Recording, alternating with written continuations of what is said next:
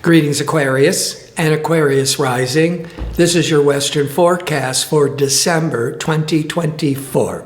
If you've been watching my videos each month, you'll know that for the monthly video, I pretty much start with where's the new moon. The new moon is every 4 weeks. This December, it makes it nice and clean and easy because the new moon is on December the 1st. And the next new moon is in Capricorn on January the 1st. So all of December, the new moon in Sagittarius is the main theme. But this new moon is being inhibited by Saturn. So for the whole world, now Sagittarius is upbeat and optimistic and adventurous and wants to travel. But this new moon in Sag, there's a certain amount of an inhibition, some cautiousness, some worries. Now, and that's for the whole month. Then we'll look to the full moon to see what's being revealed by December 15th. But the new moon in Sagittarius, is 11 signs past Aquarius. So one of the big overall themes is the 11th house. In basic astrology, it deals with friendships, group activities, organizations, community, and the big one, it looks to the future. And so there could be a real emphasis on you thinking about your long-range goals and aspirations, but it is the holidays, so there might be a lot of it hanging out, enjoying, networking with friends or with organizations. That's all the 11th house. Now, Mercury will be retrograde and Mars will be retrograde. Mercury is communications, decision-making. Mars is this in aggressiveness and impatientness. Mercury retrogrades several times a year. It's always a time of reevaluating and rethinking and re-editing. But Mars retrogrades just once every 2 years. And it's retrograding December the 6th till February the 23rd. So the first couple of weeks of December, but still, even though Mercury goes direct on December the 15th, it's in its sluggish shadow period where it's taking 2 weeks to get back to its regular speed, where the mind is back to being sharper and clearer. So Mercury is kind of sluggish and self-questioning all of December. And Mars, ambitious and patient Mars, went retrograde December the 6th. So all of December, and it's retrograde till February the 23rd. Mercury communications, retrograde, kind of misinformation, miscommunications with Mars, impatientness, impulsiveness, jumping to conclusions. There's going to be a lot of anger, protesting, stress, a lot of disagreements, Mercury, Mars in general, around the world. Now, for you, part of this may also be with friendships, because the Sun and Mercury is in the 11th house of friendships. But the Mars, every 2 years, is transiting through Leo. And Leo is opposite Aquarius. Opposite represents the significant other. So Mars is going to be retrograding in your 7th house, opposite the Aquarius, of marriage, partnerships, contracts. So there's going to be a lot of personal anxiousness and stress. Try not to jump to too many conclusions. And it certainly looks like it's going to be impacting your friendships, your social circle with the 11th house, and even personal relationships or your business partnerships with that Mars in the 7th. But before I start unpacking the details of those two retrogrades, And we're going to look at Venus. Beautiful, romantic, creative Venus is going to be in Aquarius once a year. So that's going to really help with all these disagreements and tensions, because the Venus wants to bring in being the mediator, bringing in diplomacy. Now, if you enjoy these kinds of videos and would like to see more of them, click like and subscribe. And don't forget to click on the notification bell so you can receive the latest postings.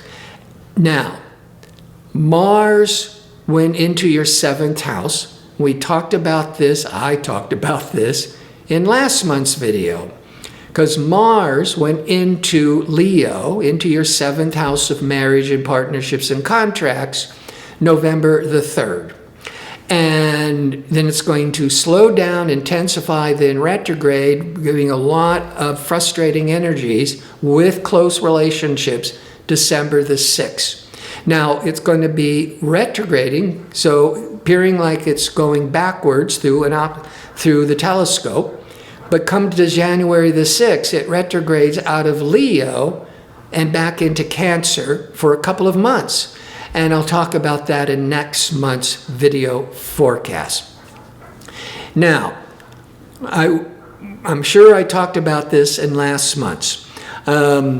When Mars, once every 2 years, goes through the 7th house of close relationships, Mars typically does not break up a relationship, but it does release any pent-up resentments that might have been simmering or behind the scenes. And so the positive is that Mars can release these resentments to clear the air, start the slate clean again. So instead of, now if it was Saturn, there might be, or Uranus, Neptune, Pluto, those powerful outer planets, then there might be a breakup. But this is Mars. Mars, the worst thing the Mars will do is have a big blow-up fight that clears the air, so now you can get it back on track. Now, Venus will be in Aquarius, January the 6th till December the 6th till January the 2nd. It's very a sociable time, very diplomatic, charming time. You might be feeling really beautiful with that Venus. You might even want to do a makeover, more beautifying treatments with that Venus in your sign. If Mars wasn't retrograde and it's moving, as it's moving through the 7th house of close relationships, in opposition, which is a relationship angle or aspect to Venus, and Venus is in your 1st house. Venus in the 1st house, you're feeling very lovely, you're feeling very romantic, people are going to be really attracted to you, and then that fiery Mars going into the 7th, you could jump in and, and start a whole new fascination, new romantic sparks. But Mars is retrograde. So I think, for a lot of you, that it starts, if you're single and looking, you don't even have to be single, but that Venus-Mars, with Mars in retrograde, could indicate there is this sudden infatuation. But with the retrograde, it starts hot and fizzles out with the retrograde. Or, with the retrograde, you meet somebody new, a new best friend, new lover, getting all excited. But with the retrograde, it gets delayed because they have a family thing, a business thing, an important business trip. And so you get all excited meeting each other, and then the retrograde has got to be delayed till after the holidays or longer. Now, The new moon is in the 11th house, putting a real emphasis on friendships, associates, networking, organizations. But it's being squared by Saturn. So a friendship could be tested, doesn't necessarily have to end, but it may be a time when you have to, really have a heart-to-heart conversation, really talk about it. You could be deciding to leave an organization. That could be the Saturn. The full moon is always 2 weeks after the new moon. The full moon is on the 15th. So within a day or two of the 15th, the full moon, which a time of revealing what was working and not working from your decisions of December the 1st, the new moon December the 1st, in the 11th house. Now, the 11th house, back to the friendships, socializing, parties, and networking with friends.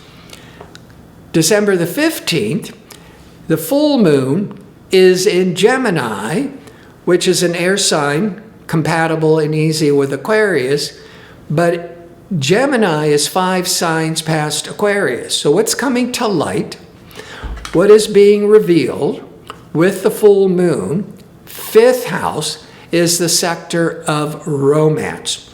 It could bring up children or conceiving, that's the 5th house.